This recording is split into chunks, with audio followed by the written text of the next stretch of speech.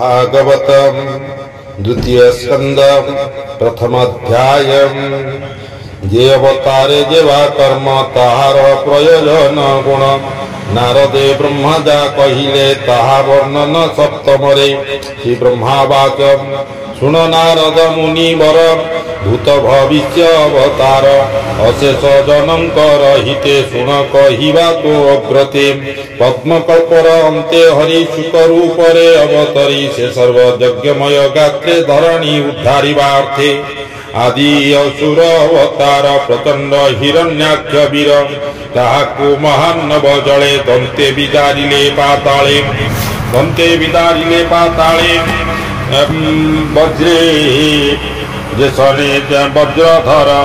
हेले विदारे महीधर से पुणी रुचि घरे जन्मिले अज आकुति उदरे सुजज्ञ रूपे अवतरी दक्षिणा गर्भे बीर्य भरी सर्वदेव पूजात कले त्रैलोक्य भय निवारिले मनुष्य ब्रह्मार नंदन तेणु से देले हरि नाम। प्रथम ऋषि गृहे पूर्वे जन्मिले देवहूति गर्भे तांक संगरे नव नारी जन्मिले विद्या रूप धरी से जन्मे जन नारी दुख देखी सदये पद्म मुख आत्मार गति माता जे कहिले तत्व अनुरागे से सत्य आत्मा गुण दोष से देवहूति कले नाथ ताहाकु मायारू धरी कपिल रूपे अवतरी अचिर तप देखी तो से तक्षणे मिली तार पासे बोइले देली तोते बर होइबी तोहर कुमर दत्त वचने दत्त नाम सुंदरे समनो हे काम धरणी पर्यटन कले अनेक तप आचरिले हये जदु आदि राजा तार चरणे कले पूजा जोग समाधि संपादिले जन्म मरण निस्तरिले सृष्टि सृजने मन करी आदे मु तप जे आचरी तपर बळे भगवान जात होइले चतुर्सेन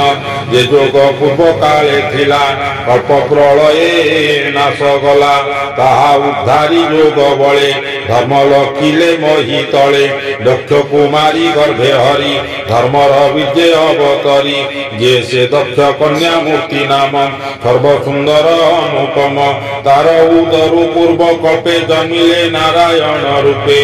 नर स्वरूप नर नाम सर्वसुंदर पुण्य धाम निश्चल तप जोग ध्याने बसिले बदरिकाश्रमे अति दुसह तप घोरे इंद्र कंपिला स्वर्गपुरे तक्षणे अपसरा गणे मिलिले बदरिका बने दिव्य सुवेशे नाना रंगे आसी मिलिले तप भंगे तही उर्वशी रूप देखी लोके होइले अधमुखी कोपनयने मुनि जन काम को करंती दहन कोप को न पारंती दही कोप प्रवेश जही नाही काहू करिबे तपनाश बाहुडी होइले निराश उत्तान पाद राजा कोले ध्रुव बालक स्नेह भोले बसिब बोली विचारिला माता सपत्नी जिंघासिला से निज जननी बचने अरण्ये गला दुख मने अति कठोर तप कला ताकू से ध्रुव पद देला मुनिए ऊर्ध्वे तले थाई ध्रुव तपस्या फल चाही स्तुति करंती तार तपे जननी देखी ता समीपे बेण जे सत्य जुगे राजा अधर्मे पाले जन प्रजा हरिकी नपापन्ते भले ब्राह्मणे सापे नाश गले राज्य मारणे अराजके प्रजा लुटिले दुष्ट लोके ता देखी दिजे स्तुति करी तक्षणे पृथु रूप धरी हरि जन्मिले राजा कूले भूमि की दुही बाहु बले प्रजा को सत्य बीज देले अन्न संकट उद्धरिले नाभीर बीज से रक्ष ऋषभ सुदेवी उपरे संभव কপটে জড় রূপ ধরি সকল যোগ সাধ্য করি পরমহংস মুনি গণে জমন্তি যাহার চরণ নমন্তি যাহার চরণে সে স্বচ্ছ শান্ত অন্তর্গত